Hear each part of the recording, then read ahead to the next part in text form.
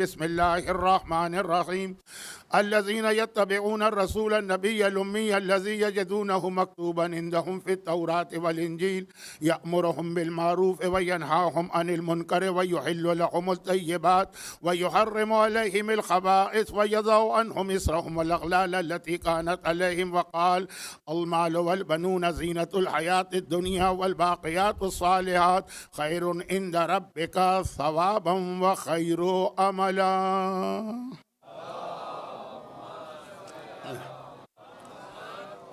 1447 हिजरी यानी 1447 हिजरा के इस अय्याम अज़ा के छठे अशरे का मौजू अज़मत रिसालत तो है, लेकिन दो वजूहात की बिना पर आपको ये शुरू की कुछ तकारीर ज़रा सा मौजू से हट के नज़र आएंगी। अगरचे मौजू रिसालत रहेगा लेकिन अज़मत रिसालत। और दो वजूहात में से पहली वजह यह है कि ये शुरू की तकारीर में कुछ पै दर पै ऐसी ख़ास तारीख़ें आ रही हैं कि मेरा दिल नहीं मानता कि मैं इन तारीख़ों को बिल्कुल नज़रअंदाज करके आगे बढ़ूं, जबकि ये तारीख़ें जिन हस्तियों या शख्सियात से मुताल्लिक़ हैं वो सीरत रसूल का एक बहुत अहम हिस्सा भी हैं।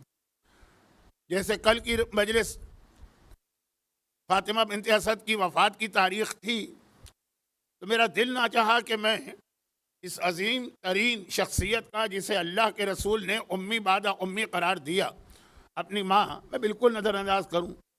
इसी तरह आज की रात दुनिया के एक बड़े ख़ित्ते में शहज़ादी ज़ैनब कुबरा की वफ़ात या शहादत की तारीख़ मानी जाती। अब शहज़ादी ज़ैनब का करबला से ताल्लुक़ और करबला से पहले ख़ुद पैगंबर इस्लाम के हवाले से ताल्लुक़, थोड़ा मौजू में भी रहेंगे, थोड़ा तारीख़ की मुनासिबत भी रहेगी। और दूसरी वजह यह है कि ये तो पहली वजह थी कि ये दो तारीख़ें पै दर पै ऐसी आ गई, और दूसरी वजह यह है कि 11 मुहर्रम से लेकर अय्याम अज़ा की आखिरी मजलिस तक, आखिरी मजलिस में मैं 11वें इमाम की शहादत को शामिल कर रहा हूँ। कल मैंने एक जुमला कहा था ना, उसको अभी मैं दोबारा दोहराऊँगा। 11 मुहर्रम से 8 रबीउल अव्वल तक का जो पूरा जिहाद है और तारीख़ें, वो करबला के ख़वातीन के हवाले से है, असीरान करबला और पैगंबर इस्लाम की अज़मत का एक बहुत बड़ा फ़ायदा जिन्होंने उठाया। वैसे तो कुरान ने कहा लक़द मन्नल्लाहु अलल मोमिनीन इज़ बअसा फ़ीहिम रसूला, अल्लाह ने तमाम साहिबान ईमान पर एक ख़ास एहसान किया। कभी कभार अरबी के एक दो अल्फाज को समझाना पड़ता है। आज मैं वक्त नहीं है कि समझाऊँ, लेकिन इशारा करना पड़ता है, क्योंकि हमारे यहाँ बहुत से लोग अरबी भी उर्दू में पढ़ते हैं, अरबी भी पंजाबी में पढ़ते हैं, अरबी भी गुजराती में पढ़ते हैं। लफ्ज़ अरबी का होता है, उसका तर्जमा वो लेते हैं जो हमारे उर्दू में राइज है। जिसमें से एक मिसाल मैंने 2 दिन पहले वजाहत नहीं की थी, लफ्ज़ एहसान। अब हमारे उर्दू में एहसान आता है किसी के साथ कोई फेवर करना, यानी एहसान करने का मतलब यह है कि आप ऊपर हो गए, वो आदमी फिलहाल नीचे। रिवायतों में है कि जिसने फुला काम किया उसने रसूल पे एहसान किया। तो नऊज़ु बिल्लाह उर्दू में जो एहसान का मतलब है, तो या तो रिवायत गलत है, या फिर हम ये समझे कि हम पैगंबर इस्लाम पर कोई एहसान कर रहे हैं। नहीं, अरबी का एहसान अलग है, उर्दू का एहसान अलग है। मैंने भी बहुत जल्दी में सूरह रहमान की आयत की तिलावत की थी, हल जज़ाउल एहसान इल्लल एहसान। वजाहत नहीं की थी और आज भी वजाहत नहीं कर रहा हूँ, यहाँ इतना वक्त नहीं होता, लेकिन कुछ अल्फाज को वक्तन फ़वक्तन समझाना पड़ता। वो अल्फाज के जो उर्दू में भी हैं, अरबी में भी हैं, लेकिन माने दोनों में अलग हैं। अब दूसरा बहुत ही मशहूर लफ्ज़ है जो ज़बान पे कभी आते हुए भी लफ्ज़ लड़खड़ा जाता है, लेकिन इतना मशहूर लफ्ज़ है कि बयान भी करना पड़ता है, लफ्ज़ ज़लील। अब उर्दू में ज़लील कितनी हक़ारत और पस्ती के मानों में आता है, अरबी में ज़लील इन मानों में तो नहीं। चुनांचे चौथे इमाम का मशहूर फ़िक्रा वक़ादो ज़लीलन फ़ी दमिश्क़। अब जो उर्दू वाले इसके माने लेंगे तो ज़बान पर ये लफ्ज़ ही नहीं आएगा, लेकिन लफ्ज़ अरबी और उर्दू में मुश्तरक है, माने दोनों में अलग अलग है। तो ऐसी बहुत सारी चीज़ें हैं। फिर एक जुमला मैं कह रहा हूँ कि ये सारी चीज़ें माह मुबारक के रमज़ान में बयान करना भी ज़रा अच्छा लगता है, और उस ज़माने में जहन भी मुतवज्जे होते हैं जब कुरान की तफसीर की जाती है। कुरान की तफसीर में तो अल्फाज ही का खेल होता है ना, खेल तो नहीं, नऊज़ुबिल्लाह, अल्फाज ही की तशरीह होती है ना। लेकिन अब चूँकि ये 11 मुहर्रम के बाद चौथे इमाम का फ़िक्रा वक़ादो ज़लीलन, उर्दू के माने ऐसे हैं कि तौहीन इमामत में ये लफ्ज़ आ जाता, और खुद इमाम मासूम ने इरशाद फरमाया है, तो बयान भी करना पड़ता है। तर्जमा उर्दू का ऐसा है कि कलेजा टुकड़े हो जाए, आदमी इंसान कांप उठे अगर वो माने। तो ऐसे बहुत सारे और अल्फाज हैं, वक्तन फ़वक्तन मेरी तकरीर में उसकी जानिब इशारा होता। तो अब जो बात हुई थी ना कि एहसान, हमारे अरबी में लफ्ज़ एहसान किसी और माने में बिल्कुल अलग, वहाँ पर ये तक लफ्ज़ आएगा कि खुला काम करो, तुम अल्लाह पे एहसान कर रहे हो। कोई बंदा मोमिन अल्लाह पे एहसान कर सकता है? करना तो दूर की बात है, सोच भी सकता है, मगर हैं बहुत सारी नेकी। अब गड़बड़ कहाँ होती है कि हमने लफ्ज़ अरबी का लिया है, तर्जमा उर्दू वाला इस्तेमाल कर लिया। तो अब सवाल ये पैदा होता है कि जो उर्दू में एहसान है उसको अरबी में क्या कहते हैं? उसको अरबी में कहते हैं मन्ना। लक़द मन्नल्लाहु अलल मुमिनीना इज़ बअसा फ़ीहिम रसूला। ये भी अज़मत रसूल का बहुत अहम पहलू। कुरान कह रहा है कि अल्लाह ने एक एहसान किया है साहिबान ईमान पर कि अपने रसूल को इनके बीच में भेजा। यह अज़मत रिसालत है कि इतनी नेमतें देने के बाद भी लफ्ज़ एहसान आया रिसालत के हवाले से, ये एहसान है। लेकिन जुमला लंबा हो गया ना, तो अब आप भूल गए होंगे कि ये जुमला शुरू कहाँ से हुआ।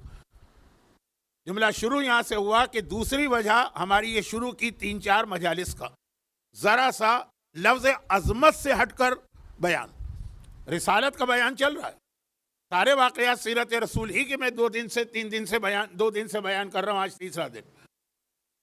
तो दूसरी वजह ये कि अगरचे अल्लाह के रसूल का वजूद और दुनिया में आना और हमारे और आपके दरमियान 63 ईयर्स 63 साल जिंदगी गुजारना, कुरान ने कहा ये तमाम साहिबान ईमान पर एहसान है और रहमतन लिल आलमीन, वमा अरसलनाका इल्ला रहमतन लिल आलमीन, हमने कायनात के लिए रहमत बनाया।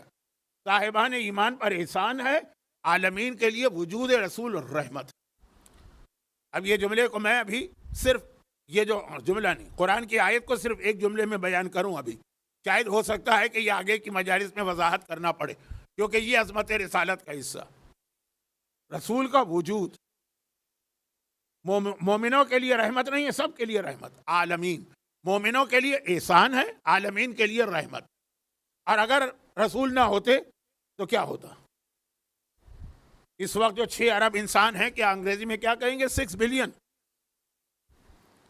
ये जो 6 बिलियन इंसान है ना, इसमें कोई वो 5वें इमाम वाला वाकया ना कि वो अराफात के मैदान में जब अबू बसीर ने देखा कि इतने सारे लोग इस साल हज को आए। वो हर साल हज करते हैं अबू बसीर। एक तो है ना कि आदमी पहली बार हज को जाए तो मजमा देखकर उसकी आंखें फट जाए। जो पहली बार अरबईन की जियारत के लिए करबला जाए और कभी उसने ये देखा ना हो अपनी आंखों से मतलब ये कि आजकल तो ये यूट्यूब और व्हाट्सएप और ये सोशल मीडिया के जरिए से इस तरह आप देख लेते हैं कि जैसे खुद आप वहाँ थे, लेकिन अगर खाली सुनी सुनाई बात होती है और कोई पहुंच जाए तो मजमा देखकर वाकन बेहोश हो जाए। लेकिन जो हर साल जा रहा है, तो अबू बसीर हर साल जाते हैं, चुनांचे अगर इस दफा वो गए और वो ये कहें कि फर्जंदे रसूल इस साल कितने लोग हज पर आए, ये पिछले साल भी आए थे, ये उससे पिछले साल भी आए थे, ये उससे पिछले साल भी आए थे, तो इतना फर्क होगा ना मजमे में। अगर 19-20 का फर्क होता तो इतना ताज्जुब तो नहीं करेगा ना आदमी, इतना ज्यादा फर्क होगा। मसलन हो सकता है कि जुमे का हज पड़ गया हो और अवामी गलत फहमी हो कि जुमे का हज जो है वो हज अकबर होता है, इसलिए बहुत लोग आ जाते हैं, कोई वजह होगी। तो हैरान होकर जब ये कहा कि फर्जंदे रसूल इस साल कितने लोग हज पे आए। सीरत रसूल और अजमत रिसालत में हज की भी एक अहमियत है। मैं एक जुमला और अर्ज कर दूं, फिर दूसरा जुमला अर्ज करूं, फिर अपना तमीज़ी जुमला मुकम्मल करूं। चौथे इमाम ने जो अज़मत रिसालत दरबार शाम में बताई, इसमें सिर्फ 2 बातें मौजू बनाई। रिसालत, इमामत नहीं। जब मौला का जिक्र किया तो 75 बातें, लेकिन जब रसूल का जिक्र किया सिर्फ 2 बातें। नंबर 1 हज, नंबर 2 मेराज, बस। और यही 2 चीज़ें मुझे जहन में रखकर अज़मत रिसालत के उन्वान पे बात करना थी, और अभी इंशाअल्लाह जिंदा रहा तो 5, 6, 7 तकारीर है ना, बात होगी। सिर्फ 2 तो हज। मौला इस साल कितने लोग हज पर आए? माँ अक्सर अल हुज्जाज, कितने हाजी हैं? तो क्या जवाब था 5वें इमाम का? आए अबू बसीर, ये क्या कह दिया तुमने? ये कह दो कि इस साल माँ अक्सर अल हुज्जाज व अक़ल अल हाज, शोर मचाने वाले कितने ज्यादा हैं, हाजी कितने कम हैं। ये किनको इमाम शोर मचाने वाला कह रहे हैं? जो अराफात के मैदान में दुआ में लगे हुए। अराफात का मैदान वो मैदान होता है कि सारा आलम इस्लाम उसमें सिर्फ दुआएं करता, मक्के में नहीं। आपको खाने काबा के जहन में बैठ के लोग दुनिया भर की सियासत और पॉलिटिक्स पे बात करते नजर आएंगे, फजूल बातें, गीबतें, खानदानी झगड़े, बहुत सारी। अराफात नहीं। अराफात के वो 6 घंटे जो हैं जोहर से मगरिब तक, खुदा मालूम की हालत है कि पूरा आलम इस्लाम चेंज हो जाता। दुआएं, तौबा, गुनाह, आंखों में आंसू, तड़पना, बिलकना, बिलबिलाना, रोना। और इमाम कह रहे हैं ये कह दो कि शोर मचाने वाले कितने, वाक़ल हाज, हाजी कितने कम। बहुत मशहूर रिवायत है, मैं कोई नई बात नहीं पढ़ रहा हूँ, वक्त भी कम है, मुझे जल्दी जल्दी आगे बढ़ना चाहिए। अभी तो तमहीद के 3 जुमले हैं और 1/4 मजलिस का वक्त ख़त्म हो गया। तो खुलासा ये कि अबू बसीर जैसा साहिब बसीरत सहाबी, 2 इमामों का ज़माना देखा है, 70,000 हदीसें नकल की हैं। छठे इमाम ने कहा कि अगर ये मेरी मदद ना करते तो नबूवत के आसार मिट जाते। इतना अजीम सहाबी, लेकिन वो भी हैरान हो गए। अराफात का मैदान, हाजी बैठे, इहराम पहने हुए बैठे हैं, सब एक जैसे हैं। वहाँ छोटा बड़ा, अमीर गरीब का फर्क नहीं होता है, या कम से कम पहले नहीं होता था जबकि रिवायत। मौला आप इनको शोर मचाने वाला कह रहे हैं? इमाम ने कहा मैं तुमको दिखा देता हूँ। अगरचे इमाम ज़बानी भी कह देते तो अबू बसीर एक लम्हे के लिए शक में ना पड़ते, लेकिन दिखा देता हूँ। आंखों पे हाथ रखा तो क्या हुआ? शायद बच्चों ने वाकया ना सुना हो, अबू बसीर ने देखा कि वही मैदान है अराफात का, वही खेमे, और वही लोग जो हैं इहराम पहने हुए बाहर बैठे हैं, लेकिन अभी तो आदमी बैठे थे, अब आदमी ना रहे। कहीं शेर बैठा है, कहीं चीता बैठा है, कहीं लोमड़ी बैठा है, कहीं गीदड़ बैठा है, कहीं खिंजीर बैठा है, कहीं कुत्ता बैठा है। हाँ, बीच बीच में कहीं 100-200 के बीच में एक आदमी नजर आता। इमाम ने फरमाया इसीलिए अराफात के मैदान को अराफात कहते हैं। अराफात के माने टू रिकॉग्नाइज, पहचानना, पहचान। उसकी 6 वजूहात हैं, वो हज में आप कभी सुनेंगे। आज मेरा मौजू, आज हज नहीं, अज़मत रिसालत का हिस्सा हज है, आज नहीं। तो अराफात के मैदान की को कहते पहचान। उसमें एक ये है कि मौला की वो हदीस, मन अरफा नफ्सहू फ़क़द अरफा रब्बहू, जो अपने नफ्स को पहचान ले वो रब को पहचानता है। अराफात के मैदान में हर आदमी की असली पहचान उतर के सामने आती है। हर आदमी के अंदर एक जानवर छुपा हुआ है, सिवाय चंद नेक रूहों के। वो अभी हमारे और आपके सामने वो जानवर नहीं आएगा। यानी वो जानवर कौन है? हो सकता है हम ही वो जानवर हो, लेकिन लोगों के सामने नहीं आएगा। कभी ऐसा होता है ना, पीतल पे आपने सोने का पानी चढ़ा दिया, वो सोने जब वो पानी उतर गया अंदर से पीतल नजर आता। अभी भी मैं अखबार में कल की कोई न्यूज़ पढ़ रहा था कि इस तरह करके कितने $1000 का फ्रॉड कर दिया गया। ये जैसे एक ज़माने में एक जोक बहुत मशहूर था कि वो जो दुनिया के किसी मुल्क को अपने जू के लिए ज़ेबरास चाहिए थे, तो पाकिस्तान में लोगों ने गधों के ऊपर वो पेंट कर दिया, वो पट्टियाँ बना दिया और ज़ेबरा बना के भेज दिया। वहाँ हुआ बारिश में वो सारा रंग उतर गया, अंदर से गधा निकल आया। तो अब ये तो मैं ज़रा छोटी हल्की फुल्की बात करके कि अंदर से कभी हकीकत सामने आ जाती है। चाहे ऊपर से आपने कितना ही उसके ऊपर कोई सोने का पानी चढ़ा दिया हो, ज़ेबरे का कलर कर दिया हो, वो ब्लैक वाइट पट्टियाँ, जो आज तक हल नहीं हुआ एक मसला ना, अंडा पहले पैदा हुआ कि मुर्गी? ओह, मैं कहाँ जा रहा हूँ। ब्लैक कलर का है, उस पर वाइट पट्टियाँ हैं ज़ेबरा, या ज़ेबरा वाइट कलर का, उस पर ब्लैक पट्टियाँ। बहुत बड़ा मसला दुनिया में बना हुआ। कितना फजूल टाइम है लोगों के पास, और शायद मेरे पास भी फजूल टाइम है कि मैं कहाँ चला गया। तो खुलासा ही क्या, अंदर की हकीकत, बारिश होती है, रंग उतर जाता है, हकीकत सामने आती है। ज़ेबरे की मिसाल मुझे अच्छी नहीं लगी, इससे अच्छी मिसाल दे दूं जो शायद मिंबर पे इतना अच्छा न लगे। बात ख़वातीन जो होती है ना, जब रात को उनका मेकअप उतरता है और उनके शौहर उनको देखते हैं तो कितना डर जाते हैं, क्योंकि जब वो ऊपर से जो रंग रोगन मेकअप वो मुलम्मा जब उतरता है तो क्या हालत होती। ये मैंने क्या बात की, ये बात मैंने की जो शादियां होती है ना इस तरह से बना संवार कर खूबसूरत।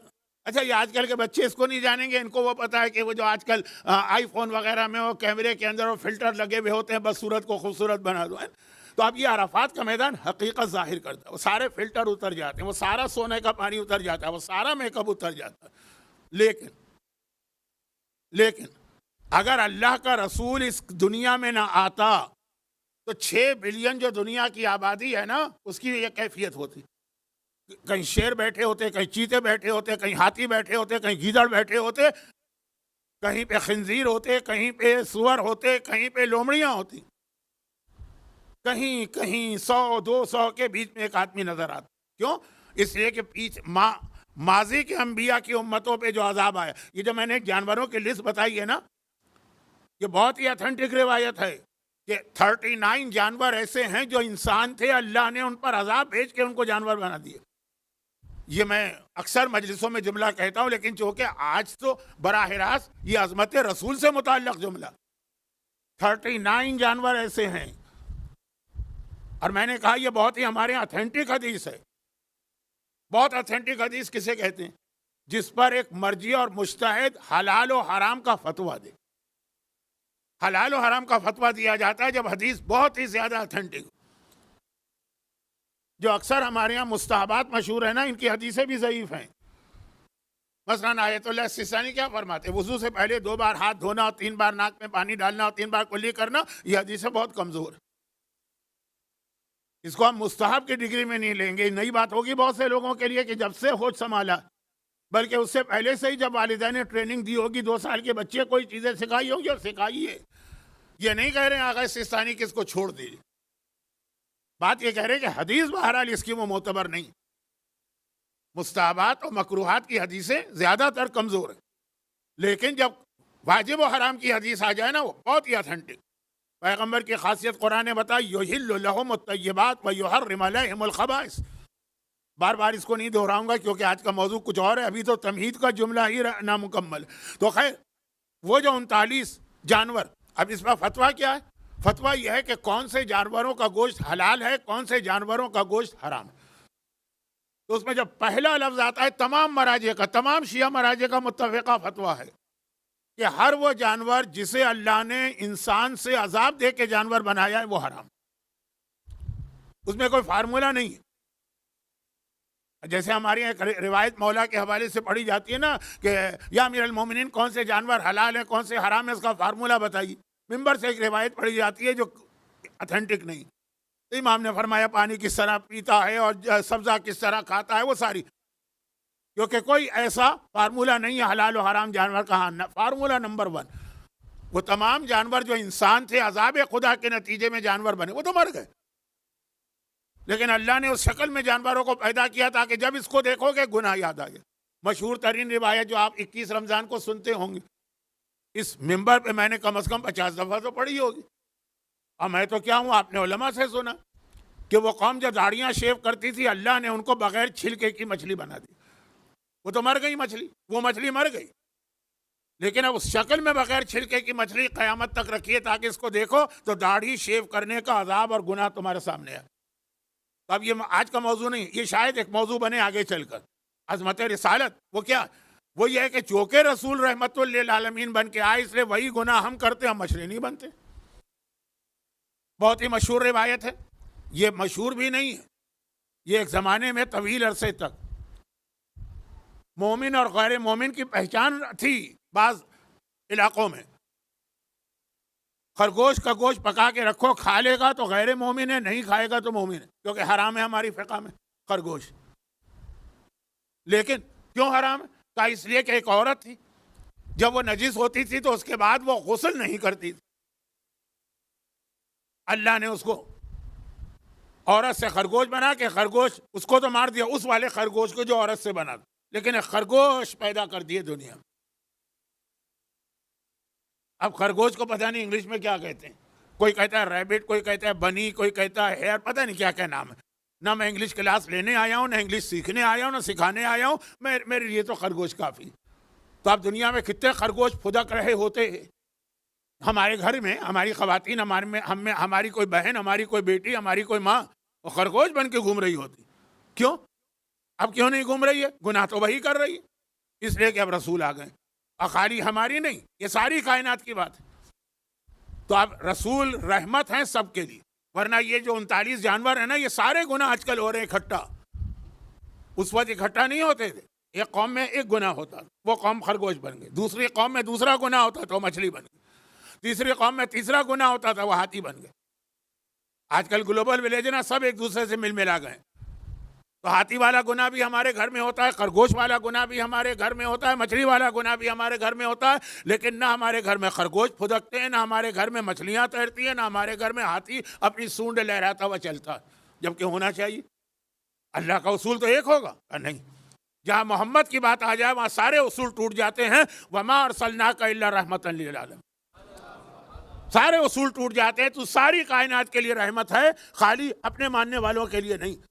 ये वजूद जुमला यहाँ से चला था, पैगंबर का खाली आ जाना यही पूरी दुनिया के लिए रहमत बना। दुनिया तो मैं इसलिए कह रहा हूँ कि हमारे सामने दुनिया, हो सकता है कि आउटर गैलेक्सीज में भी बहुत सारी मखलूक़ात हों, कुछ रिवायतों में इशारा पैगंबर की रिसालत कायनात के लिए, तो वहाँ भी यही गुनाह हो रहे होंगे, लेकिन रहमत सबके लिए।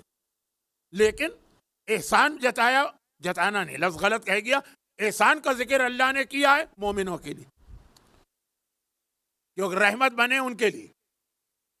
कहाँ रहमत बने? दुनिया में। आखिरत में सब जहन्नम में जाएंगे। मोमिन के लिए एहसान है, क्योंकि मोमिन को दुनिया में भी नजात दिलाने वाला यही रसूल है और आखिरत में भी नजात दिलाने वाला यही रसूल है। तो यहाँ एहसान का लफ्ज़ आया। अब जुमला पूरा करूं, और वह जुमला ये कि अगर के तमाम साहिबान ईमान के लिए एहसान है, लेकिन ख़ास पैगंबर का एहसान अगर है तो माशरे की ख़वातीन के लिए। बात शुरू हुई थी ना कि ये जो 2-3 मजलिसें कुछ औरतों के मौजू पर हो गई, अभी तक औरत के मौजू को टच नहीं किया। कुछ ख़वातीन इस्लाम की हैं जिनका जिक्र हो रहा। पहली वजह थी कि तारीखें उनकी आ रही। दूसरी वजह ये कि अज़मत रिसालत की जब बात होगी तो रसूल का एहसान हर एक पर है, लेकिन ख़ास एहसान उन औरतों पर है जो इस वक्त जिंदा हैं। अगर रसूल ना आते तो इनके बाप और माँ पैदा होते ही इनको ज़मीन में दफन कर देते, और जिनको दफन नहीं करते, मक्के के सारे कबीले में तो रवाज नहीं था, वरना दुनिया आगे कैसे बढ़ती अगर सारी औरतें मारी जाती। जिनमें रवाज नहीं था वहाँ भी औरत को पाँव की जूती समझा जाता था। तो ख़ास पैगंबर का एहसान सबके लिए, इस बच्चे के लिए भी है, मुझ बुढ़े के लिए भी है, मुझ जाहिल के लिए भी, आगा सिस्तानी जैसे आलिम के लिए भी, सबके लिए एहसान। मगर ख़ास तौर पर औरतें एहसास करें अज़मत रिसालत का कि कितनी बड़ी मुसीबतों परेशानी से इन औरतों को पैगंबर ने नजात दिलाई। ये है आगे वाली तकारीर का थोड़ा सा तस्करा। तो अब क्योंकि रिसालत का जिक्र है तो मैंने कहा कि औरतों से मुताल्लिक़ तारीख़ है, कुछ वाक़यात। अभी बराह रास्त मैंने औरतों के मौजू पे बात नहीं की, लेकिन कल की मजलिस और आज की मजलिस खासा वक्त मैंने ले लिया, इसको मैं आगे बढ़ाता हूँ। तो अब खुलासा ये है कि जनाब फ़ातिमा बिन्त असद की तारीख़ थी, थोड़ा तस्करा हुआ, लेकिन उसका अहम तरीन वाक़या नहीं, ये लफ्ज़ गलत, अहम तरीन में से एक वाक़या रह गया, वो आएगा कल जब ये तारीखों से गुजरेंगे, क्योंकि वो बराह रास्त मैसेज है। कल फ़ज़ाइल थे फ़ातिमा बिन्त असद के, एक मैसेज है जो कल आएगा। क्योंकि आज क्यों नहीं आ रहा, मैंने वजह बता दी कि आज की तारीख शहज़ादी ज़ैनब से मुताल्लिक़ है। तो एक लफ्ज़ कुरान करीम का है, वो पहले आपके सामने पेश करूँ। कुरान करीम ने मौजू वही आयत है, यज़अ अन्हुम इसरहुम वल अग़लाल अल्लती कानत अलैहिम। ये रसूल खाली हलाल और हराम नहीं बताता, बहुत सारी ऐसी पाबंदियां जो तुमने खुद से अपने आप पे लगा ली, उनसे तुम्हें नजात दिलाता है। हमारे यहाँ स्टिल अभी भी बहुत सारे लोग हैं जो अपनी बेटियों की शादियां नहीं कराते हैं, लेकिन ये चूँकि आज की तारीख से मुताल्लिक़ नहीं है, इसलिए जुमले को यहीं रोक देता हूँ। लेकिन जुमला ये था कि बिला वजह का बोझ, और बहुत से लोग अपनी बेटियों की शादी नहीं करा पाते हैं। एक तो ऐसे लोग हैं ना, जैसे वो अरब के लोग क्यों अपनी बच्चियों को जिंदा दफन करते थे? आखिर क्या उनको प्रॉब्लम था? बस यही प्रॉब्लम था कि बच्ची को अगर हमने जिंदगी गुजारने दी, ये बड़ी होगी, जवान होगी, शादी होगी, दामाद आएगा, दामाद के सामने हमारी नाक कटेगी या मूंछ नीची होगी। दामाद का रिश्ता एक ऐसा रिश्ता होता, न रहे बांस न बजे बांसुरी, न रहे ये बच्ची, न ही हमारे घर में कोई दामाद आए। वो पूरी बात है। जैसे हिंदुस्तान में राजपूतों में भी बहुत ज्यादा रवाज था, तो बाज ऐसी कौमें हमारे इंडियन सब कॉन्टिनेंट में जो हिंदू से मुसलमान हुए, ये वाला ख्याल अब तक उनके जहन में, बेटियों की शादी नहीं कराते हैं वो लोग। मौजू नहीं है, तो मौजू है कि बोझ। और जो कराना चाहते हैं और करा नहीं पाते, उनका बोझ क्या है? जहेज। अब इतना बड़ा ये बोझ है, किसने डाला? क्या इस्लाम में कोई जहेज का कंसेप्ट है? ले दे के आपको एक ही रिवायत मिलेगी कि शहजादी को जहेज दिया गया, चाहे कम सही, मगर वो भी आधी रिवायत है। आपको मालूम है ना, शहजादी के जहेज का इंतजाम पैगंबर ने नहीं किया है, मौला ही से पैसे लेके फिर जहेज का इंतजाम हुआ है। अब ये टाइम नहीं है ना कि मैं सारे वाकयात तफसील से बताऊं, और अगर टाइम होता भी तो क्या इस मजमे को ये बातें बताने की जरूरत? बाप ने अपनी जानिब से कुछ नहीं दिया। हाँ, माँ की बड़ी ख्वाहिश थी कि मेरी बेटी जो है वो कम से कम शादी के मौके पे तो एक नया जोड़ा पहन ले। तो जनाब खदीजा ने एक लिबास अपनी सहेली के पास अलग से रखवाया था कि जब कभी मेरी बेटी की शादी होगी, मैं तो नहीं होंगी दुनिया में, ये जाके तुम देना। क्योंकि अब लफ्ज समझ में नहीं आ रहा क्या मैं लफ्ज कहूं कि ना तो अजमत रिसालत पे कोई हर्फ आने पाए और मैसेज भी पहुंच जाए। हमारे यहाँ एक वाकया पढ़ा जाता है, ये मशहूर वाकयात है इसलिए मैं इसका तस्करा नहीं कर रहा, कि वो साहिल ने आके सवाल किया तो मौला ने ऊँट दिए, कंबर से कहा मसन ऊँट दो। ये वाकया पढ़ा जाता है ना। एक ऊँट दिया, कंबर हैरान हुए, तो दूसरा दिया तो और हैरान हुए, मौला दो दे दिया आपने, तो कुछ थोड़ी सी भीख मांगने आया था, तीसरा दिया। तो आखिर में यही ना, जब 100 ऊँट दिए तो कंबर भागे। नहीं, भागना अच्छा नहीं है, कंबर जरा से पीछे हट गए। लोगों ने पूछा क्यों? कहा कि मुझे डर लगा कि देते देते कहीं मुझे भी उठा के ना दे दें उस साहिल के पास। अब हमारे यहाँ पढ़ा जाता है ना, ये बहुत मशहूर वाकया। ये जनाब खदीजा का ख्याल था। अल्फाज बहुत ही महज़्ज़ब अंदाज में आने चाहिए, लेकिन टाइम नहीं, कि अगर ये जोड़ा मैं रसूल को दे के गई, रसूल अमानत में खयानत नहीं करेंगे नऊज़ुबिल्लाह, लेकिन ऐसा ना हो कि कोई ऐसा फ़कीर आ जाए कि पैगंबर ये लिबास उसको दे दे, और उस यकीन के साथ देंगे कि अगर मैं ये लिबास दे दूंगा तो जो लिबास का मालिक है खदीजा, उनको एतराज़ कोई नहीं होगा। क्योंकि वाकयात बहुत सारे हैं कि जनाब खदीजा ताहिरा से पूछे बगैर वो चीज़ दे दी गई, जो शरीयत का मसला भी है कि अगर बीवी को यकीन कामिल है कि मैं शौहर का ये पैसा फलां जगह खर्च कर रही हूँ, उसको कोई एतराज़ नहीं, या शौहर को यकीन है कि बीवी का पैसा मैं फलां जगह खर्च कर रहा हूँ, उससे कोई एतराज़ नहीं। ये मैंने कहा जुमला इसलिए कह दिया कि एतराज़ आपके जहन में शैतान पैदा न कर दे। तो खुलासा ये, पैगंबर ने कुछ नहीं दिया बेटी को। हाँ, जो दिया वो दुनिया और आखिरत की बादशाही दी, वो हक़ शफाअत दिया, वो खुम्स का तोहफा दिया, वो फदक का बाग दिया, वो सारी चीज़ें। मैं शादियों की बात कर रहा हूँ, शादियाँ बोझ, ये बोझ है ना। चौथे इमाम ने ये क्यों जुमला इरशाद फरमाया, जो मैं 85 दफ़ा पढ़ चुका हूँ, कि 4 चीज़ें गैरतमंद के लिए बोझ बन गई, जिसमें पहला जुमला था बिनतन वलो काना मरियमा।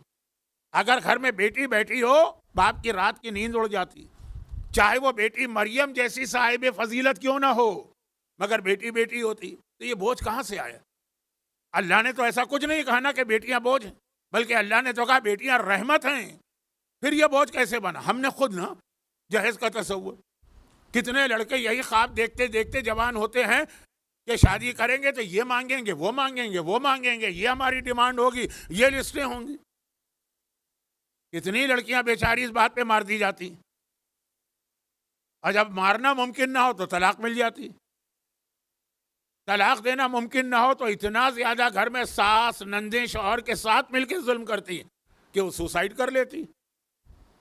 ये कैसे बना माहौल? ये रसूल ने तो नहीं बनाया, रसूल ने तो उल्टा किया कि अरबों में बेटियों की इतनी हिकारत थी, पैगंबर ने उसको इतना एहतराम अता किया। अब ये है वो बोझ।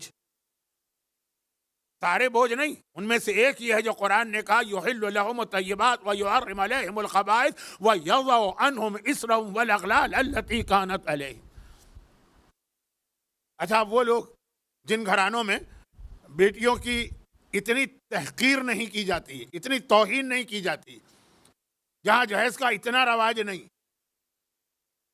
हाँ, मैं तो मसलन शहर कराची हूँ ना, हमारे यहाँ कराची में जहेज दिया जाता है, मगर वो इतना ज़्यादा डिमांडिंग नहीं है जितना कुछ और इलाकों में। वहाँ दूसरे अंदाज से हर ख़ानदान के अलग मसले होते हैं ना। अगर मैंने कोई प्रॉब्लम बताया वो आपके ख़ानदान में नहीं, आप खुश हो रहे होंगे कि देखा हाँ ये हमारे यहाँ तो नहीं, हमारे यहाँ दूसरे प्रॉब्लम। बेवा की शादी, ओ तैयार नहीं होते लोग उसके ऊपर। अब थोड़ा थोड़ा माहौल बदल रहा है, लेकिन मैं एक जुमला कहता हूँ। अल्लाह के रसूल किसी सहाबी के घर में गए। अब देखिए, शहजादी ज़ैनब की रात है, लेकिन बराह रास्त बात नहीं हो पा रही है, अभी शुरू करूँगा। लेकिन रसूल के वाक़यात अभी तक मैंने जो कुछ पढ़ा वो रिसालत के हवाले से पढ़ा। पैगंबर किसी सहाबी के घर में, क्यों? उसने नया घर बनाया था या ख़रीदा था। ला वलीमता इल्ला फ़ी ख़म्स, इस्लाम में वलीमे की दावत जो है ना, ख़ास एहतिमाम के साथ, ये हदीस बहुत मोतबर है, सिर्फ 5 मौक़ों पर है। नंबर 1 हज, हज से आओ तो वलीमा करो, बट ऐसा वलीमा ना करो कि जितना हज से सवाब कमा के आए वो सारा ज़ाय कर दो। आप अखबारात में भी पढ़ते होंगे और वैसे आपके इल्म में भी वाक़यात होंगे। बहुत से लोग मसलन उनका लॉटरी के अंदर पहला इनाम निकल आया जैकपॉट। जैकपॉट तो खैर बहुत बड़ी बात है, या हमारे यहाँ पाकिस्तान में रवाज प्राइज बॉन्ड निकल आया, लॉटरी निकल आई। लॉटरी हलाल है कि हराम है वो एक अलग बहस है। मेरी मिसाल से गलत फहमी में मुब्तला ना हो। कुछ लॉटरियाँ हलाल हैं, कुछ हराम है, लेकिन बहरहाल मैं बता रहा हूँ, आगे एक बड़ी रकम आ गई। अक्लमंद आदमी है, समझदार आदमी है, इस पैसे को वो सलीके से खर्च करेगा, अपना पूरा फ्यूचर और मुस्तकबिल बना लेगा। लेकिन ऐसा नहीं होता भाई, घर बैठे दौलत मिल गई ना, कोई बगैर मेहनत के, तो अब जो उड़ाता है शुरू में सिर्फ अपनी शान शौकत।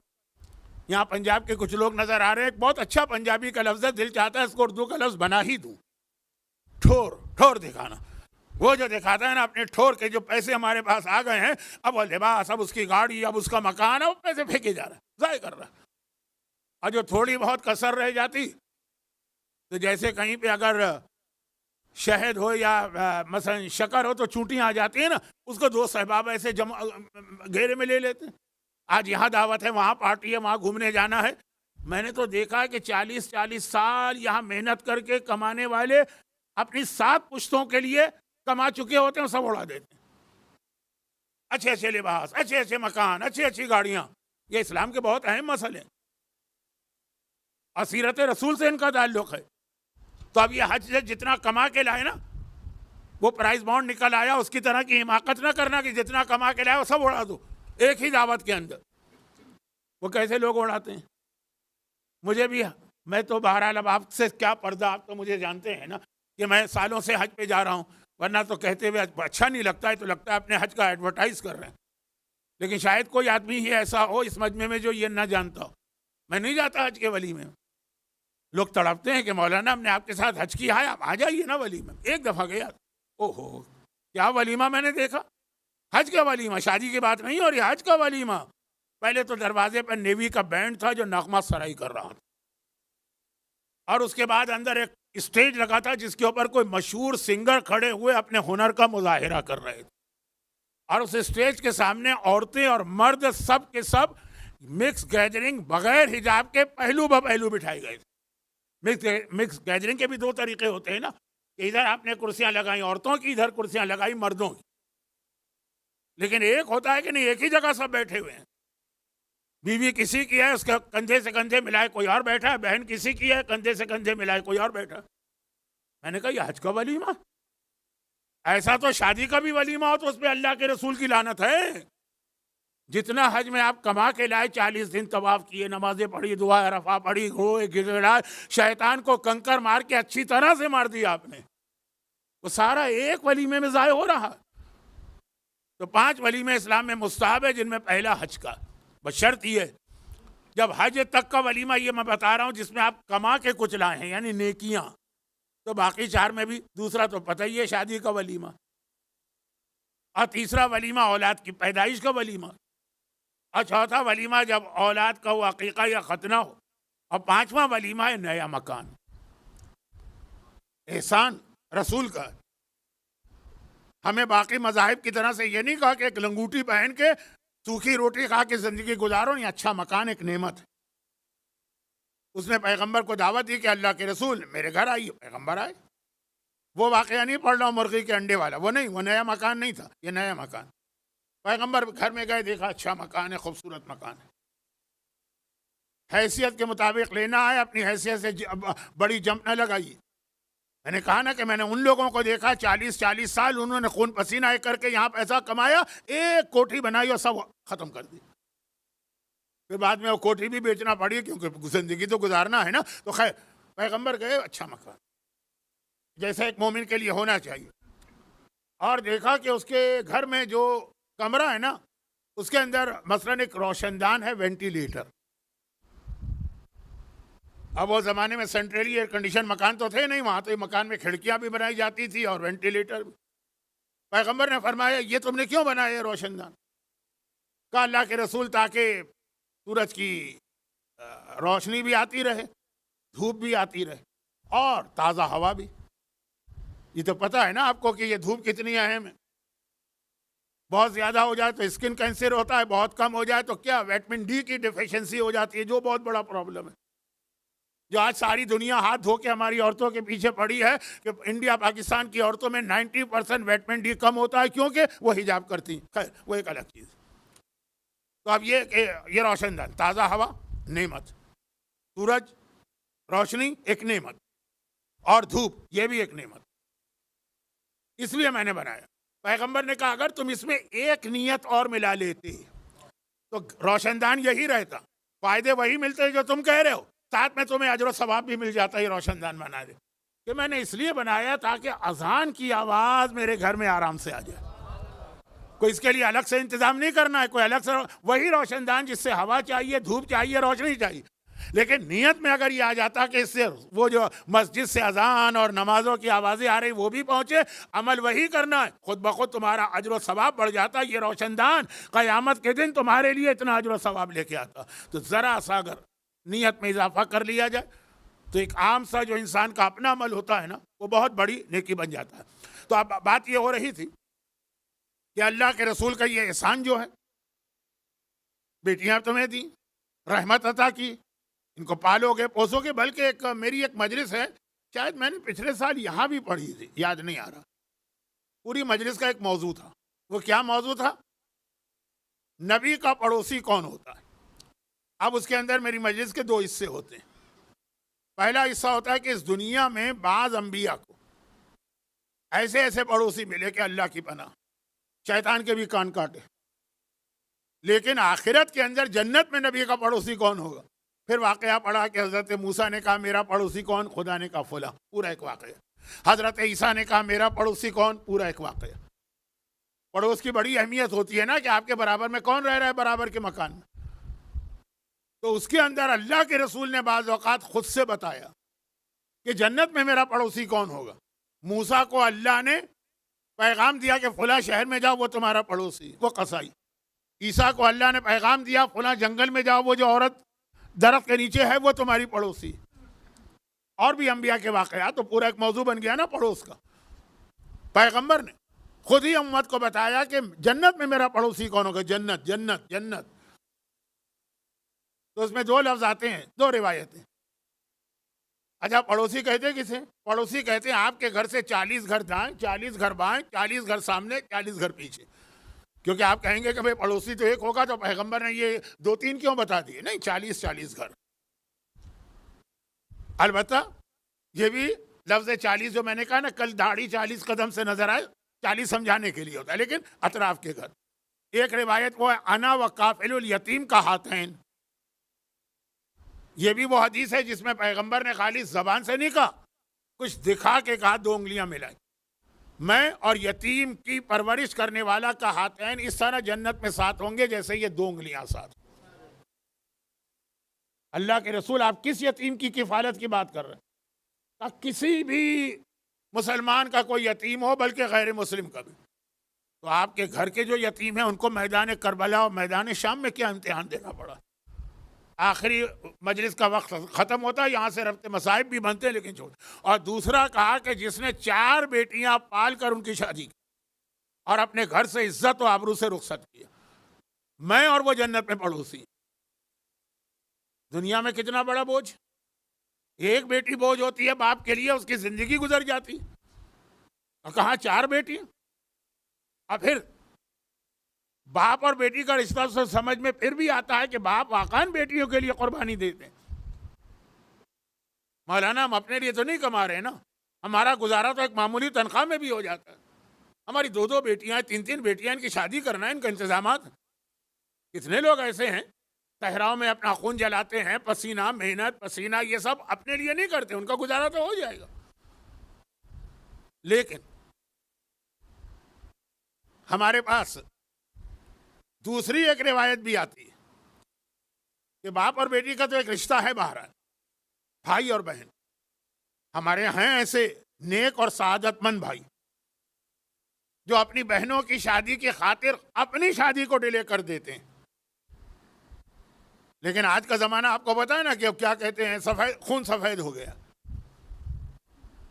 आज का जमाना जब लोग वालिदैन को याद नहीं रखते, बहनों को कौन याद रखेगा? भाई बहन का रिश्ता भी। अब आप जो मेरी मजलिस के शुरू में है ना, वो समझ रहे होंगे कि तकरीर किस भाई बहन के रिश्ते की जानिब जा रही, लेकिन पहले एक जिम्मेदारी है भाइयों की। इतना बोझ भी बहनें ना डालें कि भाई बेचारा मर जाए, और ऐसा भी नहीं है कि भाई पहचाने ही नहीं अपनी बहनों को। अच्छा, ये जो अब अरबईन की आपने जियारत की है, या कभी इससे पहले की है, तो अरबईन की जियारत के हवाले से जैसे ही जियारत का लफ्ज आता है, अरबईन की जियारत, आपके जहन में क्या नाम आता? जाबिर इब्ने अब्दुल्लाह अंसारी।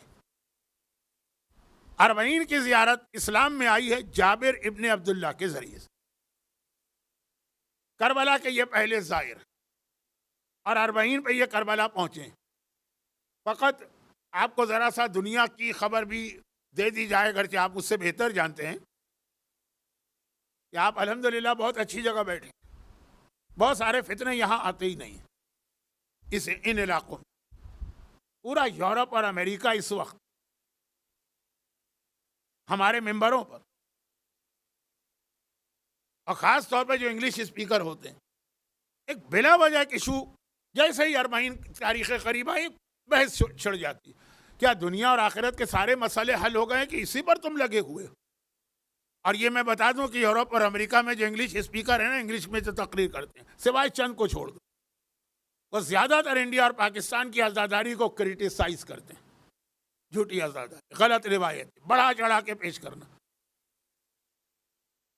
क्योंकि मुझे मालूम है कि गल्फ के इलाके के रहने वाले अक्सर लोग यहाँ से रिटायरमेंट के बाद या जॉब छोड़ के जाते वहाँ, वो पाकिस्तान वापस जाने वाले कम होते हैं। कनाडा जाता हूँ, बाज़ औक़ात पहचान नहीं पाता कि कनाडा में मजलिस पढ़ रहा हूँ कि मसलन गल्फ में पढ़ रहा हूँ। इतने मोमिनीन यहाँ जो मुझसे मिल चुके हैं, मैं तो यहाँ 45 साल से आ रहा हूँ ना, 44 साल, वो सब वहाँ मिलते हैं। तो ये वहाँ का बहुत बड़ा फितना। और मैं अक्सर कहता हूँ कि क्या ज़रूरत है इस मसले पर बहस करने की? कौन सा दुनिया और आखिरत कि अहले बैत करबला आए ही नहीं। शाम से रिहा होने के बाद अहले बैत करबला आई नहीं है। इंडिया की रिवायत है, पाकिस्तान की तरफ से झूठी एक हदीस बनाई गई है। ये हमारे उलमा, ये हमारे ज़ाकिरीन रुलाने के लिए उल्टी सीधी बातें, ये मिंबर और ये बच्चे जिन्हें कुछ अपनी हिस्ट्री नहीं पता, ये तो फिर भी उर्दू समझ रहे हैं। वहाँ तो बच्चे उर्दू नहीं समझते ना, तो जो इंग्लिश में कहा जा रहा है समझते हैं, यही हक है। हर साल ये मसला खड़ा होता है और फिर वो इस तरह से बात करते हैं जैसे आज तक मोहम्मद इब्न याकूब कुलैनी से लेके आगा सिस्तानी तक उनसे बड़ा रिसर्च स्कॉलर कोई नहीं गुजरा। और फला किताब में लिखा, फला किताब में लिखा, और बाकायदा कंप्यूटर लेके कैलकुलेशन करते हैं कि कूफे से शाम का रास्ता इतने दिन का है तो शाम में इतने दिन की कैद है, तो फिर वापसी का रास्ता इतने दिन का है, तो अगर करबला से 11 मुहर्रम को चले तो क्या 40 के दिन वापस आ सकते हैं विद इन 40 डेज, और अगर आप कहें कि 1 साल के बाद आए हैं तो इतनी क्या लंबी कैद। अब ये सारा कंप्यूटर लेके बैठे हैं और करबला के वाक़े का नऊज़ुबिल्लाह पोस्टमार्टम कर रहे हैं। यही गलती उसने की थी 1990 में डॉक्टर इरशाद ने, जिसने अपने कंप्यूटर के सिस्टम की वजह से सूरह तौबा की आखिरी 2 आयतों को कुरान से निकाल दी।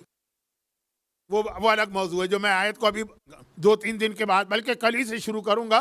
कल अभी तो मैंने सिर्फ एक बार तिलावत किया, तो अब ये सारी रिसर्च हो रही, मगर ये सारी रिसर्च करने वाले भी इस बात पे मुत्तफिक हैं कि जाबिर इब्न अब्दुल्लाह करबला है और 40 के दिन आए हैं, और सबसे पहले ज़ाहिर जाबिर के करबला आने, ज़ियारत करने और 40 के ज़ियारत करने में कोई शक नहीं।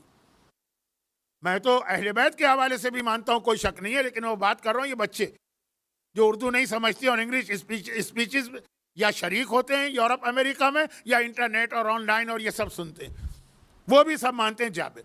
तो जाबिर 40 के हवाले से कितनी अहम शख्सियत, मगर खाली 40 के हवाले से नहीं, जाबिर की अपनी बहुत अहम पर्सनालिटी। अल्लाह के रसूल, अब ये अजमत रिसालत,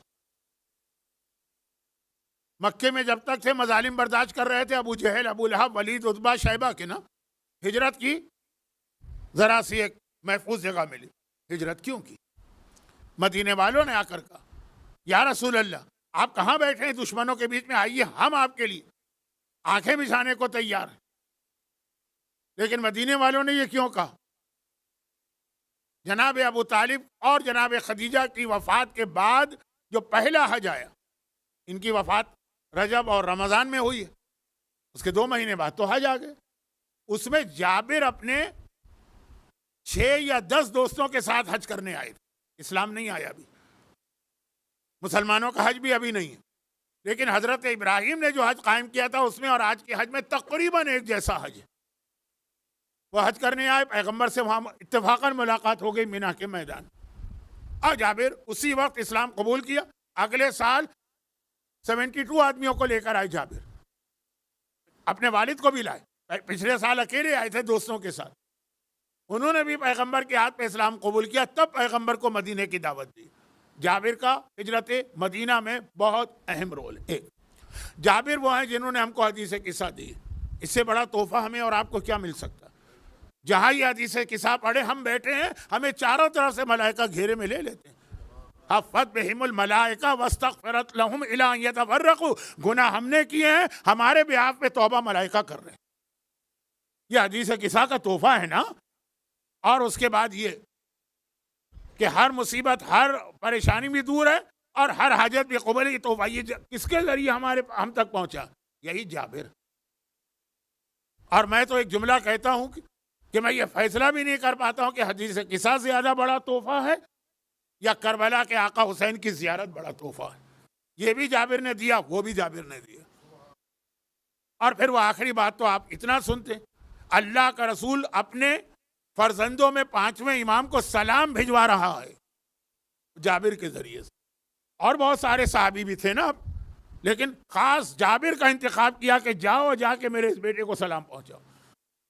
और जाबिर परेशान थे, बहुत उम्र हो गई थी, 80 साल से ज्यादा। ऐसा ना हो कि इससे पहले मैं मर जाऊं, लेकिन इत्मीनान भी था। जब रसूल ने कहा सलाम पहुंचाओ तो यकीनन जिंदा रहूंगा। वो जाबिर के हालात में पढ़िए। ये जाबिर जो है ना, इनका एक वाकया। अब ये सारे तो जाबिर के फजाइल थे, पैगंबर को दावत देने वाले, मदीने की हुकूमत कायम कराने वाले, पैगंबर की हिजरत का सबब बनने वाले, हदीस किस्सा के रावी, करबला के पहले ज़ाहिर, 5वें इमाम को, ये सारे फजाइल है ना। अब आइए जाबिर की सीरत का एक अहम वाकया सुने। वो है सीरत जिसके जरिए से जाबिर इतने बुलंद है, या ये कहिए कि जाबिर इतने बुलंद है तो वाकया भी है में। वो क्या? अल्लाह के रसूल एक सफ़र पे गए। पैगंबर की एक आदत थी कि आम जो सफ़र होते हैं, जंग वाले नहीं, आम जो सफ़र है।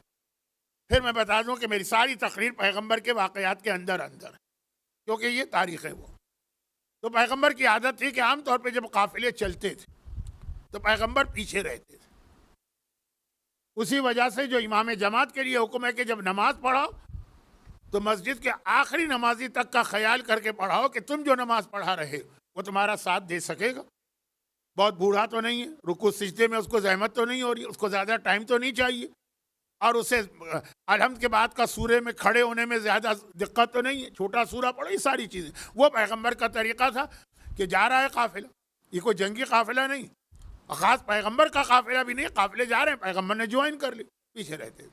कोई बूढ़ा रह जाए, कोई बीमार है, कोई सोता हुआ ना रह जाए, आखिर में चेकिंग करके जाते हैं। रात का अंधेरा है और एक मरतबा पैगंबर, अब ये वाक़या नहीं पढ़ता हूँ पूरा, इसका एक टुकड़ा, तो पैगंबर ने देखा कि काफिला चला गया, अंधेरा है रात का। एक नौजवान वो काफिले में बहुत स्लो चल रहा और कह रहा है कोई मेरी मदद करने वाला, मैं अकेला हूं। पुराने जमाने में अकेला सफर मुमकिन नहीं। पैगंबर ने कहा कौन हो तुम? कहा या रसूल अल्लाह, आपकी आवाज पहचान ली ना, मैं जाबिर इब्ने अब्दुल्ला हूं। पैगंबर गए क्या बात? कहा या रसूल अल्लाह, ये मेरा ऊंट है, पता नहीं इसको क्या हो गया, चल ही नहीं रहा, बहुत ही रफ्तार इसकी स्लो। वो पूरा वाकया सुनिएगा, ये अजमत रिसालत का वाकया है। पैगंबर ने कहा कि अच्छा, करीब गए, अपना वो जो ऊंट चलाने के लिए सोटी या चाबुक होता है वो ऊंट से लगाया खाली। ओ फिर तो क्या ऊंट की रफ्तार हो गई, क्या फरारी की रफ्तार होगी, वो जो रेसिंग में गाड़ियां आती है, कौन सी आती है, मंगानी, फरारी, पता नहीं क्या क्या। ऊंट एकदम खड़ा हुआ, इतने तेजी से दौड़ने लगा। पैगंबर ने कहा जाबिर, अब ऊंट को रोका और ऊंट से अपने ऊंट की जबान में बात की कि मेरे साथ साथ चल। अब वो पैगंबर के साथ चल। जाबिर तुम जवान हो गए हो। जाबिर के बाप जंग ओहद में शहीद हुए, ये जंग ओहद के बाद का वाकया। अब तक तुमने शादी की कि नहीं की? कहा नहीं या रसूल अल्लाह, बाबा की शहादत के बाद मैंने शादी कर ली। वो जो हमारे यहाँ शादी जो है ना, एक ऐसा बोझ होता है कि जिंदगी आदमी की गुजर जाती शादी के खर्चे के लिए। लड़कों को भी पैसे जमा करना होते हैं, लड़कियों के लिए भी। और इस्लाम की शादी इतनी आसान थी कि जाबिर ने शादी कर ली, पैगंबर को इत्तला तक नहीं दी। इल्म रिसालत की बात नहीं कर रहा हूँ, ज़ाहिरी तौर पर हम तो पहला कार्ड लेके रसूल की खिदमत में पहुंचते, और यहाँ पैगंबर को इत्तला भी नहीं दी दुनियावी एतबार से। जो मैं अक्सर कहता था अपने काफिले वालों से, अब तो खैर खुद ब खुद अमल हो रहा। जब कभी जाता था मैं कहता था कि वाक़ान अगर कोई बहुत ही ज़रूरी मसला है तो जाके आप 90 साल 95 साल के ज़ईफ़ मर्जे से मुलाकात कीजिए और उनका वक्त लीजिए। और अगर कोई ऐसी बात नहीं है और आप एक दफ़ा पहले ज़ियारत भी कर चुके तो आप ज़रा देखें, उनकी उम्र देखें और उनकी जिम्मेदारियां देखें, और जिस तरह से सारे दुनिया के मामलात को चेक कर रहे हैं देखें, और फिर वो हमको वक्त दें। और वक्त नहीं मिलता तो अजीब अजीब बातें लोग शुरू कर देते, और जब वक्त मिलता है जाते हैं, मौलाना 2 मसले हैं आप पूछ दीजिए। अब मसले सुन के मेरा दिल चाहता है कि 2 थप्पड़ लगाए जाए इस आदमी। ये मसला पूछने आया, फजर की नमाज कितनी रकत होती? अरे ये मसला पूछने के लिए तुमने इस ज़ईफ़ मर्जे को 40 मिनट जो वक्त तुम्हें दिया गया, जब दिया जाता था, अब तो तकरीबन बंद हो गया, बाज़ औक़ात इतना गुस्सा आता था। तो यही वहाँ का भी तरीक़ा था। पैगंबर की ज़ियारत तो मस्जिद में लोग कर लेते हैं हर नमाज के वक्त, इससे हटकर पैगंबर को कम से कम ज़हमत देते हैं। अकली बात भी है, मोमिन का बड़ी। तो शादी हो गई, पता ही नहीं चला पैगंबर को। इल्म रिसालत की बात नहीं कर रहा हूँ। पैगंबर ने कहा अच्छा जाबिर तुमने शादी कर ली है? कहाँ शादी की है? कहा या रसूल अल्लाह, पैगंबर का आखिरी जुमला था कि जितनी शादी, ये अल्फाज मेरे हैं, मफहूम पैगंबर, जितनी शादियों की मुझे खबर मिली है उनमें ये बेहतरीन शादियों में से एक शादी। क्यों? वो जुमला सुनी। जाबिर शादी कर ली, कहाँ शादी की? कहा या रसूल अल्लाह, फुला कबीले की फुला औरत से। जाबिर जवान है, पहली शादी है ये जाबिर, और जिस औरत का नाम लिया उसकी उम्र भी जाबिर से ज्यादा है, और ऑलरेडी वो शादीशुदा थी, बेवा हो चुकी थी। अब आम जो मिजाज है ना नौजवानों का, वो हर एक को चाहता है ना कि बिल्कुल नहीं, मैं बेहुदा जुमला नहीं कहना चाहता, लेकिन बहरहाल कम से लड़की मिले और मसलन यह है कि वो गैर शादीशुदा हो, ठीक है, कोई गुनाह इसमें नहीं है। लेकिन ज़रा जो पैगंबर हमें और आपको पैगाम देना चाहते हैं, जाबिर वो लड़की तुमसे उम्र में बड़ी है। औरत कही है क्योंकि शादीशुदा थी, ऑलरेडी बेवा हो चुकी थी और बेवा भी है। तुमको तो एक से एक कुंवारी लड़कियां मिल सकती थी, तुमने ये शादी क्यों की? जाबिर का जवाब था कि या रसूल अल्लाह, मेरे बाबा की शहादत जंग ओहद में अचानक हो गई। पैगंबर ने इन दो को साथ दफन किया था ना, जाबिर के वालिद और जाबिर के फुफा, यानी इनके वालिद के बहनोई एक कब्र में दोनों हैं। जो कब्र खुदी थी एक दफ़ा हाकिम शाम के ज़माने में, मैयतें निकली थी, ये दोनों साथ का बाबा की शहादत हो गई है। मेरी 7 बहनें हैं और मैं एक भाई हूँ अकेला, 7 बहनों का अकलौता भाई। उम्र में बड़ा हूँ, सारी मुझसे छोटी।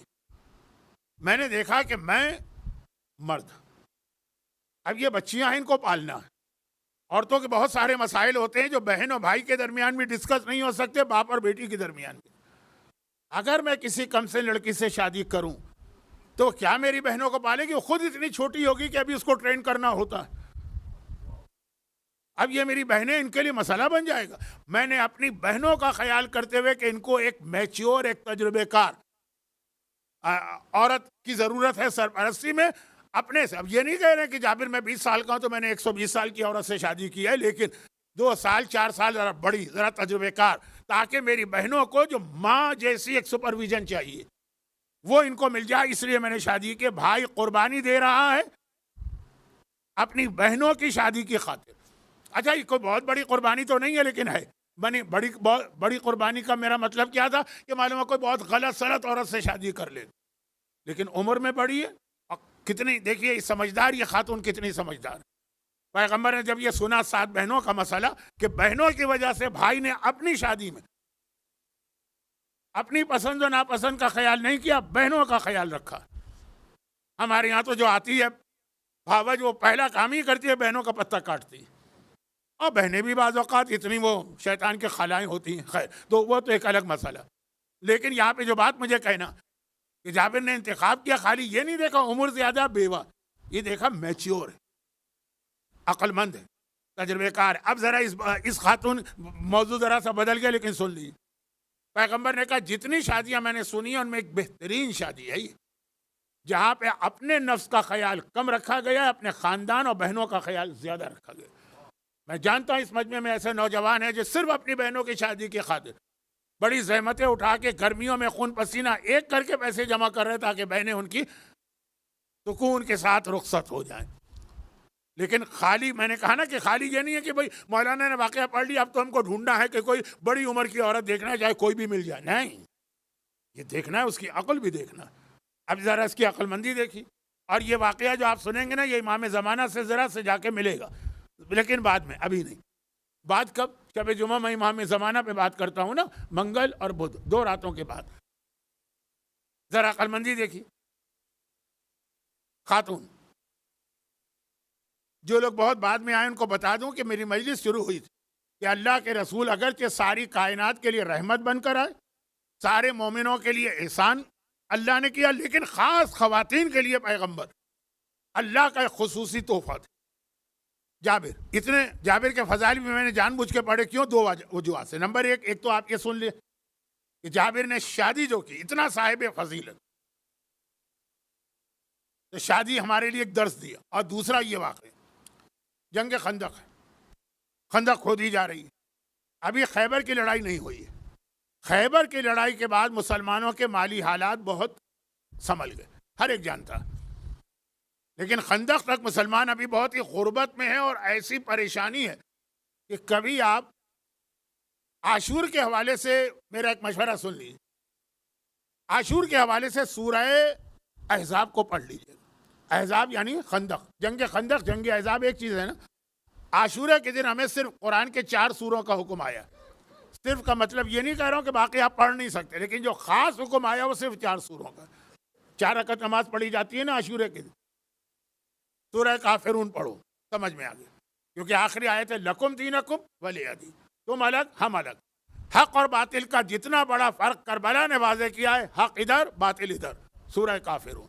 पूरी कभी मेरी इस पर मजलिस सुनिएगा तो वो एक अलग बात होगी, लेकिन इशारा, पूरी मजलिस का वक्त नहीं है तो इशारा हो जाए। दूसरा सूरा कौन सा पढ़ा जाता है? सूरह कुल हुवल्लाह, हुसैन की सारी कुर्बानी तौहीद परवरदिगार के लिए थी, जो इकबाल ने कहा अपने खून से सहरा में ला इलाहा इल्लल्लाह लिख दिया। और मुईनुद्दीन चिश्ती अजमेरी ने कहा हक्का के बिना इला इलाह अस हुसैन। सूरह तौहीद करबला के लिए सूरह तौहीद, ये जिहाद करबला है। कुल हुवल्लाहु अहद, एक है इस कायनात। तीसरा है सूरह मुनाफिकून।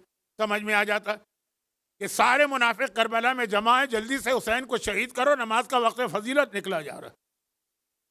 इससे बड़ा निफाक क्या होगा कि जो बाइसे नमाज है, जिसकी वजह से नमाज बढ़ी, जिसकी वजह से नमाज बची, जो नाना की पुष्प पे सवार होता है तो नाना की नमाज को तुलानी किया जाता है, उसके गले पे खंजर चलाना है क्योंकि हमारी नमाज डिले हो रही। तो सूरह मुनाफिकून समझ में आता है। चौथा सूरह जो पढ़ाया जाता है वो सूरह अहज़ाब। इसका क्या आशूर से रब्त बन रहा? वो कभी इस नियत से ये सूरह पढ़िएगा, खाली तर्जमा नहीं, मैं कुछ जुमले भी नहीं कह रहा हूँ, वक्त नहीं है मुझे इस वक्त मिंबर से उतर आना चाहिए था, अभी मसाइब का बयान बाकी। अब सुनिए, उसके अंदर मंजर दिया गया कि कितना सख्त वक्त था मुसलमानों के लिए खंदक का। पैगंबर खंदक खोद रहे हैं, और एक मरतबा खंदक खोदना आसान नहीं होता। खाली आपसे कहा जाए आदमी की कब्र खोद लो, दांतों पसीना आ जाए,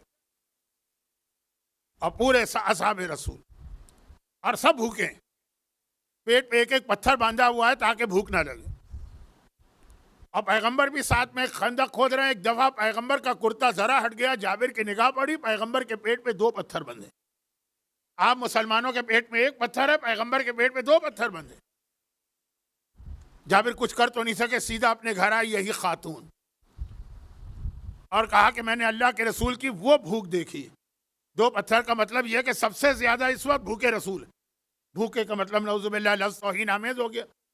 फाके के आलम में रसूल, कुछ है हमारे घर में खाने को? अब पूरे मुसलमानों की गुर्बत का एक बकरी का छोटा सा बच्चा है और थोड़ा सा आटा, एक आदमी के खाने पर। मैंने तुम्हारे और अपने लिए रखा था। छोड़ो हम और तुम, अल्लाह के रसूल के लिए खाना तैयार करो, बकरी के बच्चे को ज़बा करो, गोश्त बनाओ, आटे से रोटियां तंदूर में लगाओ, मैं पैगंबर को बुला के लाता। सिर्फ एक आदमी का खाना है। बीवी ने, अक्लमंद बीवियां इसी तरह बुरे वक्त के लिए कुछ बचा बचा के रखती हैं। बीवी ने अपने और अपने शौहर के लिए बचा के रखा था। नहीं, रसूल गए, या रसूलल्लाह मैंने आपकी कैफियत देखी है। अब ये तो नहीं कहा कि मैं आप पर रहम कर रहा हूँ या हमदर्दी कर रहा हूँ, तौहीन, दिल चाहता है आपकी दावत करूँ, आइए आप मेरे घर तशरीफ लाइए। कल भी मैंने कहा था मोमिन का तोहफा रद्द करना, मोमिन की दावत रद्द करना, जब तक कि कोई जीनियन रीजन ना हो। खैर, तो आइए या रसूलल्लाह। पैगंबर ठीक है, इस दावत में कोई खराबी नहीं है, जाबिर जैसा मुखलिस साहब ही कह रहा है तो क्या आ रही है। चुनाचे पैगंबर तैयार हुए जाबिर के साथ चलने के लिए, लेकिन अजीब काम किया पैगंबर ने, अजीब काम किया। खंदक से निकले, मैदान में खड़े हुए और एक मर्तबा कहा कि मुसलमानों आ जाओ, आज जाबिर के घर में हमारी दावत, हम चल के खाना खाते। ओहो, जाबिर ने सर पकड़ लिया, ये क्या हो गया? एक आदमी के भर का खाना था कि मेरे लिए भी नहीं था। अब पैगंबर ये जो कहा तो सारे मुसलमान पेट पे पत्थर बांधे भूखे हैं ना।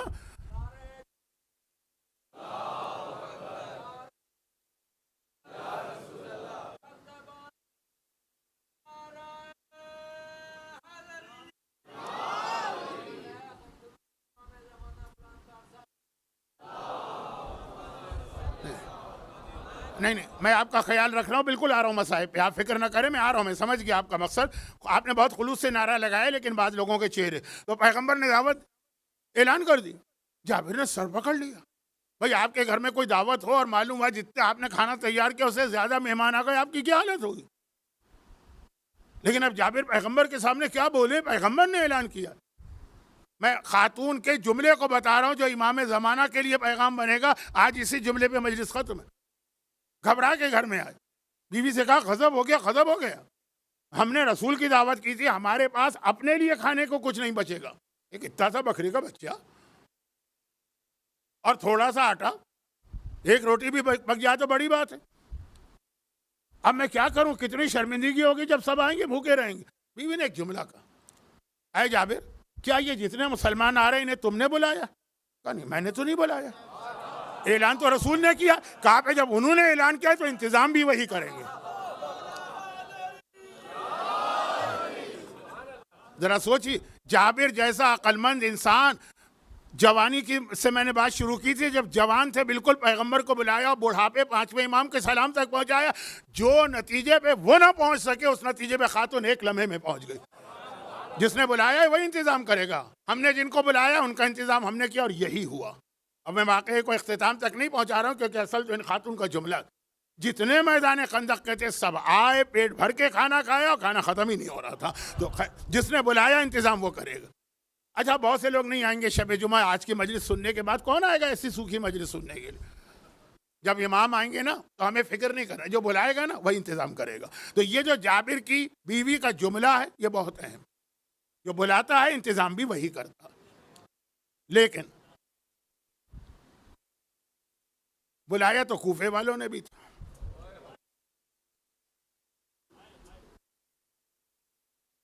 पढ़ते वबश्शिर साबिरीन अल्लज़ीना इज़ा असाबतहुम मुसीबा क़ालू इन्ना लिल्लाहि व इन्ना इलैहि राजिऊन। आमतौर पर शाम गरीबा यश आशूर की फाका शिकनी में यह आयत पढ़ी जाती। हुसैन के लिए है ना, क्या लक़ब है? बश्शिर साबिरीन, साबिर का। हुसैन जैसा साबिर कोई होगा कायनात? जहां इब्राहिम के हाथ कांप उठे थे बच्चे बेटे के गले पे छुरी रखते हुए, हुसैन की कैफियत देख। चुनाचे हुसैन ने एक से एक इम्तिहान दिया। सब्र से वो सिर्फ कूफा वो मौका था। सब्र का मतलब क्या है कि हुसैन ने कहीं मौजिज़ा नहीं दिखाया, सिर्फ कूफे में मौजिज़ा दिखाया। क्यों? इतना बड़ा इम्तिहान देना पड़ रहा है कि वहां हुसैन भी मौजिज़ा दिखाने पे मजबूर है। मजबूर का लफ्ज़ मैं उस मजबूरी की वजह से नहीं बता रहा हूँ, ये मुहावरतन। अकबर के कलेजे में बर्छी थी उतरी, हुसैन ने कोई मौजिज़ा नहीं दिखाया। असगर का गला छिदा, हुसैन ने कोई मौजिज़ा नहीं दिखाया। अब्बास के बाजू कटे, हुसैन ने मौजिज़ा नहीं दिखाया। मौजिज़ा कब दिखाया? जब बाजार कूफा में सैदानियों का लुटा हुआ काफिला पहुंचा। हुसैन के कटे हुए सर ने नोके नेज़ा पर तिलावत कुरान शुरू कर दी। इससे बड़ा मौजिज़ा क्या होगा? कटा हुआ सर तिलावत करे। चुनाचे ये इतना अजीब मौजिज़ा था कि सारा कूफा एक मर्तबा अपनी अपनी जगहों से सिमट के हुसैन के कटे सर के करीब आ गए। तो हुसैन ने मौजिज़ा क्यों दिखाया? कहा अकबर की बर्छी बर्दाश्त है, असगर का छिदा गला बर्दाश्त है, अब्बास के कटे बाजू बर्दाश्त है, कासिम के बदन के टुकड़े बर्दाश्त है। देखिए आज मजलिस से पहले यही मरसिया पढ़ा गया था ना, ये सब बर्दाश्त। ये बर्दाश्त नहीं हो रहा कि ज़ैनब और कुलसूम के खुले सरों पर नामहरमों की निगाह पड़े, ये बर्दाश्त नहीं हो रहा। मौजिज़ा क्यों दिखाया? ताकि सारा वो औबाशों का मजमा, नामहरमों का मजमा ये मौजिज़ा देखकर जो अब तक ज़ैनब और कुलसूम को देख रहा था वहां से हट के इस कटे सर के करीब आ जाए। और इनको देखने का मौका क्यों मिला? इब्ने ज़ियाद का हुक्म आया। उमर साथ काफिले को लेके बाजार कूफा में दाखिल हुआ है ना, उसको जल्दी जल्दी बहुत जल्दी से दरबार में जाऊं। इब्ने ज़ियाद कहता है नहीं, काफिले को बाजार में रोक दो, रोक दो, रोक दो। क्यों? दो वजह बताता है। पहली वजह यह बताता है कि अभी मेरे दरबार की डेकोरेशन और सजावट नामुकम्मल है। मोहम्मद की नवासियां बेमहमल और अमारी के ऊंटों पर जलते सूरज के नीचे बैठी हों, बैठे रहेंगे। दरबार की सजावट ज्यादा अहम है। और दूसरी वजह है कि ये क्या हुआ कि एक बार तुम काफिले को लेके निकल आए, अभी तो लोगों ने दिल भर के देखा भी नहीं। मेरा दिल चाहता है कि कूफे का एक एक मर्द मोहम्मद की नवासियों को अच्छी तरह से देखे। गैरतमंद हुसैन बर्दाश्त ना कर सका, जिसने इससे पहले कहीं मौजिज़ा ना दिखाया। कटे हुए सर ने तिलावत करके सारे मजमे को अपनी जानिब खींच लिया। मगर ये तो फिर भी मेरा वो इमाम है जिसका सब्र कायनात में सबसे बड़ा। लेकिन जो सब्र में इसके बाद है, गैरत में शायद इसके बराबर ही है, वो अब्बास। उनके सर पे क्या गुजरे? गैरत अब्बास तो हुसैन की गैरत से कम नहीं है ना। वहां क्या हुआ? 11 मुहर्रम का काफिला चला। रिवायत में यह है कि कटे सर नो के नेज़ा पे लगाए जा रहे हैं। एक सर है जिसे जब नेज़े पे लगाया गया वो जमीन पे गिर पड़ा। 3 बार कोशिश की गई, तीनों बार वो जमीन पे गिरा। आखिर हमारे साथ निकाह में देर हो रही है, हमें कूफा पहुंचना है। खूली ऐसा कर ये कटा सर अपने घोड़े की गर्दन में बांध ले। और जब घोड़ा चलता है और गर्दन झुका के दौड़ता है, ये सर जमीन से टकराते टकराते जाता। मौला सज्जाद से किसी ने पूछा, मौला ये किसका सर था? मौला ने सर झुका के कहा, ये मेरे चचा अलमदार करबला अबुल फजल अब्बास का सर था। रावी ने कहा लेकिन मौला समझ में नहीं आता, अब्बास का सर नौ के नेजा पे ठहरा क्यों नहीं? हाय अब मेरे मौला सज्जाद आंखों में आंसू आए, कहा तूने सवाल नहीं किया, मेरे सीने में बर्छी मारी है बर्छी। तुझे क्या पता मेरा चचा कितना गैरतमंद था, जिसने कभी घर के सहन में अपनी बहनों का खुला सर ना देखा, वो नौ के नेजा से अपनी बहनों को खुले सर कैसे देखता कि नामहरमों की निगाह पड़ रही है। हाय मेरा गैरतमंद चचा नौ के नेजा पर सर ठहर ना सका। खुदा बंदा मेरे मजलूम आका, जिनका लक़ब ही बाबुल हवाइज बिल फज़ल अब्बास की इस गैरत का वास्ता, जो उनके मसाए पे रोए और गिरिया किया, इस गिरिये के तो फैल इन्हें, इनके घरों को, इनके घर वालों को हर आफत व परेशानी से महफूज फरमा।